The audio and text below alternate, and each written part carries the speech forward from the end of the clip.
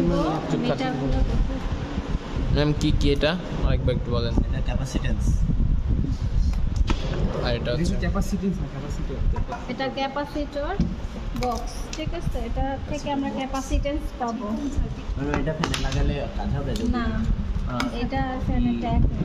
আর এখান থেকে আমরা অ্যাম্পিয়ার নিব, কারেন্ট নিব। এটা কি এলআরসি নাকি এটা আরসি আরসি সার্কিট, রেজিস্ট্যান্স আর ক্যাপাসিট্যান্স। ম্যাম এখান থেকে মাপবো কারেন্ট এখান থেকে কারেন্টটা আমরা দেখতে পারবো, কারণ সিরিজে তো কারেন্ট সেম থাকে, ঠিক আছে। তাহলে হচ্ছে এই দুইটা লোডের মধ্য দিয়ে সেম কারেন্ট প্রবাহিত হবে, সেটাই আমরা এখানে দেখব, ঠিক আছে। এটা হচ্ছে ভোল্টটা, এটা কি কি লাগবে?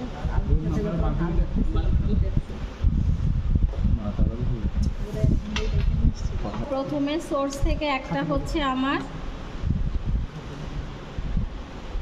কারেন্টে দিয়ে দিলাম এমিটারে, এমিটার থেকে একটা যাবে রেজিস্টরে, রেজিস্টরের থেকে একটা যাবে ক্যাপাসিটরে, ক্যাপাসিটর থেকে একটা যাবে হচ্ছে সোর্সে, ঠিক আছে। সিরিজে আছে। এখন হচ্ছে সব কিছু সিরিজে কানেক্টেড করে দিচ্ছি। আর এটা হচ্ছে প্যারালালে দিয়ে ভোল্টমিটার মেজারমেন্ট করবে। এখানে দেখো ম্যাক্সিমাম রেঞ্জে দিয়ে রেখেছি আমরা 750, হ্যাঁ। আর এটাকে আমরা ম্যাক্সিমামে দিয়ে রাখবো 20 অ্যাম্পিয়ার, ঠিক আছে। এখন হচ্ছে দেখো আমরা এখান থেকে আগে ভোল্টেজটা দেখে নিব যে আমরা 220 ভোল্ট দিচ্ছি নাকি তার কম বেশি হচ্ছে সেটা। এগুলো তো একটু মনে রাখা লাগবে, আমি তো কোনটা শুধু এটা হচ্ছে ডায়াগ্রামটা যেভাবে দেওয়া আছে তোমাদের সেটা মনে রাখলেই হবে। চলতেছে না সিরিজে মানে একটা এখানে একটা সিরিজে একদিনে 10টা ভিডিও দেখিস নষ্ট হয়ে না না, এই যে এখানে 0 0 করা আছে।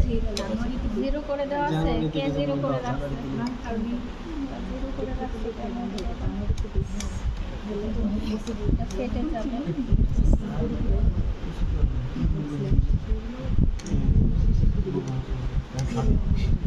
দিও না কিন্তু লাইন। তাহলে এসিতে সবাই দুষ্টামি করলে এসিতে দুষ্টামি করবো না, কারণ হচ্ছে কি করতেছে এটা আমরা? এটা চেঞ্জ করতেছি আমরা। ক্যাপাসিটরের ক্যাপাসিটর এত করতেছি কেন ম্যাম?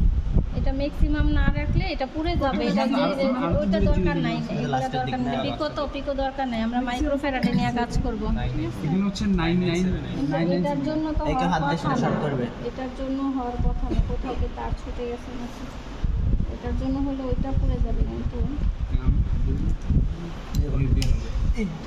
ঠিক আছে। এখানে হাত দাও তাহলে এই হাত দিও না কোনোটাই। শক করবে 20 ভোল্ট হাত দিতে পারলে 10 টাকা দিবে। 20 ভোল্ট আছে। এখন দেখো আয়েরটা লেখো, আই মেজারমেন্ট আয়েরটা লিখে নাও। মানে দেখো 0.39 0.40 0.40 অ্যাম্পিয়ার। অ্যাম্পিয়ার না কিলো? অ্যাম্পিয়ার না মিলি অ্যাম্পিয়ার না কিলো? অ্যাম্পিয়ার আমরা হচ্ছে ম্যাক্সিমামে রেখেছি না 20 অ্যাম্পিয়ারে, জি অ্যাম্পিয়ারেই হবে। এখন দেখো আমরা সোর্সটা আগে মেপে নেই, হ্যাঁ। বিএসটা কত? ওই যে ইয়েলো বাটনটা প্রেস করো ওইখানে, কত আছে? 203 221 ভোল্ট। এটা হচ্ছে বিএস। এত বেশি কেন? 220 হওয়ার কথা না? 230 হচ্ছে স্ট্যান্ডার্ড, হ্যাঁ। 200 স্ট্যান্ডার্ড হচ্ছে। আমরা কোথায় কোথায় দিলাম? এই যে দুইটা এসি 2 পয়েন্টে, ঠিক আছে। এই যে এসি 2টা পয়েন্ট না, এটা এখানে দেওয়া যে কথা এখানে একই সেম কথা, হ্যাঁ। এসির 2টা প্রান্তে মাল্টিপ্লাই থেকে নিলে হবে না? মাল্টিপ্লাগ থেকে নিলে হবে। এখন হচ্ছে এটার কানেক্টেড আবার মাল্টিপ্লাগ এসে দিতে হবে, বুঝতে পারছো? আগে তাহলে এটা নিয়ে নিতে হবে, তারপর হচ্ছে কানেক্টেড করে আমি এটাকে মাল্টিপ্লাই দিতে পারবো? হ্যাঁ দিতে পারবো, এটা 2 পয়েন্টে দিতে পারবো, 2 পয়েন্টে। মাল্টিপ্লাই আচ্ছা দেখো এখন হচ্ছে এটা আর এটা হচ্ছে ভিআর মানে রেজিস্ট্যান্সের দুই প্রান্ত। রেজিস্ট্যান্স। এই যে দেখো রেজিস্ট্যান্সের 2 প্রান্ত না, এটা জি এখানে দিলে সেমি কথা না? তাহলে দেখো কত আসতেছে। 186 না না, চাপ দিতে হবে না, দেওয়া আছে তো 186 ভিআর 186 আর ভিএলটা হচ্ছে ভিএল, কারণ এটা দিয়ে আমরা ক্যালকুলেট করব, বুঝছো? 120 কত? ভিএল 120 ভিসি ভিএল কেন? ভিসি আমরা গতদিন ভিএল করেছি, আজকে ভিসি, হ্যাঁ। ম্যাম একটু আরেকবার এইখানে দিলাম দিয়ে এটা ক্যাপাসিটর মাপলাম ক্যাপাসিটরটা মেজারমেন্ট করেছি ঠিক আছে আর এটা দিয়ে কি এটা মাপলাম যে দিয়ে- এটা হচ্ছে ভিপি রেজিস্ট্যান্স ভিআর এটা হচ্ছে একটা রোদের এক রোজে ভোল্টেজ ড্রপটা ক্যাপাসিটরের এক রোজে ওইখানে আর এখানে দিলাম। আর রোদের দুই এটা প্রান্তে? হচ্ছে দুইটা প্রান্তে এখানে আর এখানে একই সেম না একই লাইন না আর এইটার দুই প্রান্তে একই, কতটুকু ঠিক ভোল্টেজ আছে? হ্যাঁ। লস মানে ড্রপ এখন করছে এটা দিয়ে তোমরা হচ্ছে এফ তো জানোই 50 হার্টজ এখন এখান থেকে ক্যালকুলেট করলেই তোমাদের ম্যাম, এইটার রেজাল্ট হয়ে যাবে এই দুটার যোগফল আমার মেইন সোর্সের সমান হবে না? না এটা বেশি হবে স্টোরেজ না ওই যে ক্যাপাসিটরের জন্য। ক্যাপাসিটরের তুমি এটা একটু বলুন ক্যাপাসিটির জন্য কি হবে? ক্যাপাসিটরের জন্য বেশি হবে স্টোর করে রাখে না হ্যাঁ মানে ওই আগে যতটুকু জমা ছিল সেটা সহ যুক্ত হবে এরকম তুমি যদি এর মধ্যে কারণ একটু হচ্ছে এখন হচ্ছে এটা বেশি হবে এই ক্ষেত্রে ক্যাপাসিটরের জন্য সোর্স ভোল্টেজ আর কারণ এটা হচ্ছে এই সার্কিটে কি করতেছে লিড করতেছে ক্যাপাসিটরটা বেশি আসতেছে এজন্য এখন দেখো তাহলে দেখবি আরএলসি ইন্ডাক্টর দিব ক্যাপাসিটর দিব ঠিক আছে এবং ইন্ডাক্টর এটা হচ্ছে ইন্ডাক্টর ইন্ডাক্টরের কাজটা আমি ভুলে গেছি। ইনডিউস করা ইন্ডাক্টর হচ্ছে ইনডিউস মানে রেজিস্ট্যান্স যেই ধরনের বাধা ক্রিয়েট করে কয়েল ঠিক সেম ভাবে ঠিক আছে মানে একই। এটা ম্যাম হচ্ছে এই যে কারেন্ট ফ্লোতে বাধা সৃষ্টি করে। আমি মানে রেজিস্ট্যান্সের মতোই কাজ করবে এখন দেখো সেম ভাবে শুধু একটা বক্স আমরা বাড়ায় দিলাম এখানে আর কিছু না আমি একটু নিচে সার্কিট 8 নাম্বার তোমাদের এটা কি তোমরা কোন গ্রুপ সি না এই ম্যাম, এটা কি বৃহস্পতিবার করলাম? তোমাদের ক্লাস হবে না না ইন্ডাক্টর গত কাল আগামী কালকে আজকে হচ্ছে কেন ম্যাম আগামীকালকে এখন ম্যাম, এই যে এখানে কি তোমাদের করলাম? অর্ধেক নাই না কিন্তু অনেক আছে। অবশ্যই নাই অর্ধেক ম্যাম এটা কি করছে এটা একটু এত কম বলুন। স্টুডেন্ট না তাকে কি ইএসসি বলে? চাইতো বলেন এখন না। হচ্ছে রেজিস্টার RLC circuit। আরেকটা এল দিয়ে দিলাম এখানে আগে যেই কানেক্টেড করা ছিল তার সাথে শুধু ইন্ডাক্টরটা আমি অ্যাড করেছি কেন?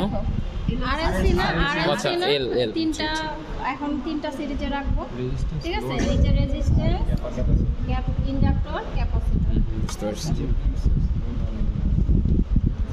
আগে এটা নরমাল সার্কিট ছিল না আগেরটা শুধু আরসি RC তোমাদের ছিল আরসি আরএলসি এখন তিনটা নিয়ে যেই দুইটা গতদিন আলাদা আলাদা করেছো এখন তিনটা একসাথে করবো ঠিক আছে এখন দেখো আই কত এখানে আই হচ্ছে 0.34 0.34 আর সোর্স ভোল্টেজ আগেরটাই থাকবে চেঞ্জ হবে না দেখো যেটা দেখি তারপরে চেঞ্জ আছে 222 21 23 গেছে 20 দাও 21 এখন দেখো ভিআর ফ্লাকচুয়েট ভোল্টেজ ড্রপটা কত হবে 141 আগে কত ছিল 120 না ভিআর না স্যার 186 ছিল ভিএল ম্যাম 78 ভিসি 95 না 100 100 জি ঠিক আছে হুম।